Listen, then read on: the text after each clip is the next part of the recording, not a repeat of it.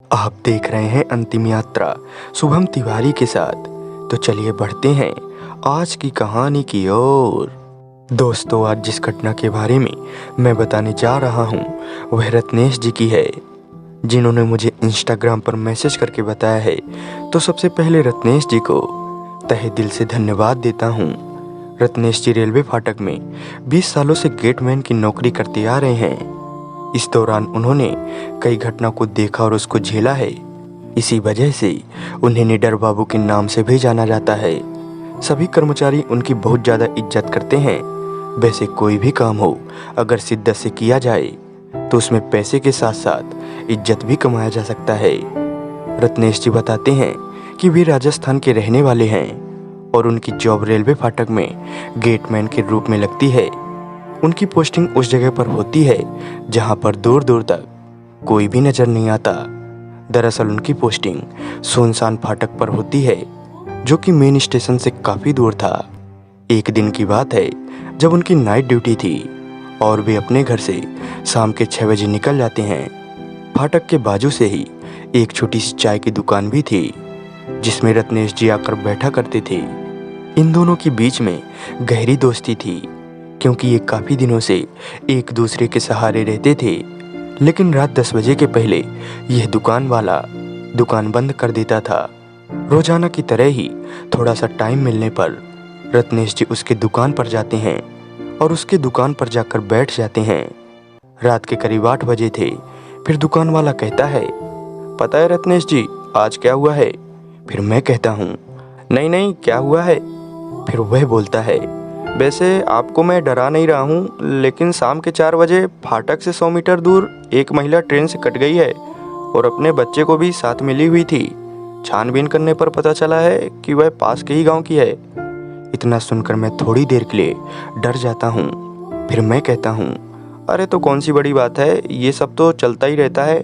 अभी कुछ दिन पहले ही तो एक लड़का ट्रेन से कट गया है। फिर वह दुकानदार कहता है, वैसे आप भूत प्रेत में विश्वास करते हैं? मेरा मतलब आपको भूतों से डर तो नहीं लगता? फिर मैं हंसते हंसते जवाब देता हूँ, अरे आप बिना क्या बात कर रहे हैं, भूत प्रेत कुछ नहीं होते, हमारे मन का भ्रम होता है। अगर ऐसा होता तो ट्रैक पर तो रोज ही लोग मर रहे हैं, तो उनकी आत्मा मुझे क्यों नहीं दिखती? फिर वह कहता है, ठीक है भैया, सबके अपने अपने विचार होते हैं। फिर मैं उसके दुकान से अपने ऑफिस आ जाता हूँ। अब रात के 10 बज चुके थे और वह अपनी दुकान बंद करके अपने घर चला जाता है। अब उसकी बात मेरे दिमाग पर गूंज रही थी, क्योंकि इसके पहले उसने ऐसी बात कभी नहीं करी थी। खैर, बार बार फाटक से ट्रेन निकलती और मैं हरी झंडी दिखा देता। अब रात के 1 बज चुके थे, लेकिन उस दुकान वाले की बात मेरे दिमाग में अभी भी गूंज रही थी। तभी अचानक बाहर से नल चलाने की आवाज़ आती है, तो मैं दौड़कर बाहर जाता हूँ, तो वहाँ पर कोई नहीं था। अब मेरा डर थोड़ा बढ़ जाता है, लेकिन मैंने साहस का परिचय दिया और फिर से ऑफिस की ओर जाने लगा।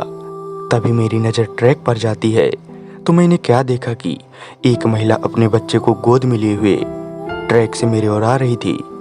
तभी उसके पीछे से ट्रेन भी आने लगती है। मैं उसे ज़ोर ज़ोर से चिल्ला रहा था कि वह ट्रैक से दूर चली जाए, लेकिन वह औरत मेरी बातों को नज़रअंदाज कर रही थी। तभी उसके ऊपर से ट्रेन निकल जाती है। जब ट्रेन निकल जाती है तो मैं दौड़कर उसके पास जाता हूँ, तो वहाँ पर कोई भी नहीं था। मैं पूरी तरह से डर जाता हूँ और मेरे सिर से पसीना गिरने लगता है। फिर मैं दौड़कर अपने ऑफिस के अंदर आ जाता हूँ और ऑफिस के अंदर आकर दरवाज़ा बंद कर लेता हूँ। चारों तरफ से कुत्तों की रोने की आवाज़ आ रही थी और मेरा शरीर काँप रहा था। तभी बाहर से दरवाज़ा खटखटाने की आवाज़ आती है और मैं ज़ोर ज़ोर से रोने लगता हूँ। अब मैं समझ गया था कि यह और कोई नहीं बल्कि वही औरत है जो 4 बजे शाम को ट्रेन से कट गई है।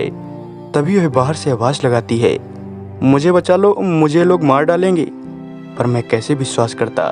मुझे लगा ये मेरे साथ छलावा कर रही है और वह बोल भी रही थी कि आप मुझसे मत डरो, मैं इंसान हूँ, कोई भूत नहीं। लेकिन मैं फिर भी दरवाज़ा नहीं खोलता हूँ। लगभग आधे घंटे तक वह गिड़गिड़ाती रही और यह बोलती रही कि मुझे बचा लो, मुझे बचा लो। कुछ देर बाद वह शांत हो जाती है और मैं किनारे की खिड़की से देखता हूँ तो बाहर कोई भी नहीं था। अब मैं धीरे से दरवाज़ा खोलता हूँ और दरवाज़ा खोलने के बाद इधर उधर देखता हूँ तो कोई भी नहीं था। अब मैं जैसे ही मुड़कर अंदर की ओर जाता हूँ तो वह औरत मेरे कंधे पर हाथ रखती हुई बोलती है, कहाँ जा रहे हो बाबू, हमें बचाओगे नहीं? इतना सुनते ही मैं हड़बड़ा के भागने की कोशिश करता हूँ। तभी वह मेरे सामने खड़ी हो जाती है। फिर मैं क्या देखता हूँ कि उसके बाल ज़मीन को टच कर रहे थे और उसने एक हाथ पर अपने बच्चे को दबाया हुआ था। उसके बच्चे की आंखें पूरी तरह से लाल हो गई थी और उस बच्चे ने अपने हाथ पर मांस का टुकड़ा लिया हुआ था। इतना देखकर मैं जोर जोर से रोने लगता हूँ। तभी उसका लड़का मेरी गर्दन को पकड़कर ऊपर उठा लेता है। मेरी सांसें थमने ही वाली थी कि इतने में ही वह मेरी गर्दन को छोड़ देता है। अब मैं ज़मीन पर पड़ा हुआ था और वह औरत अपने बच्चे को दबाए हुए ट्रैक से वापस जाने लगती है। फिर धीरे धीरे मेरी आंखें बंद हो जाती हैं। इसके बाद मुझे कुछ भी मालूम नहीं रहता।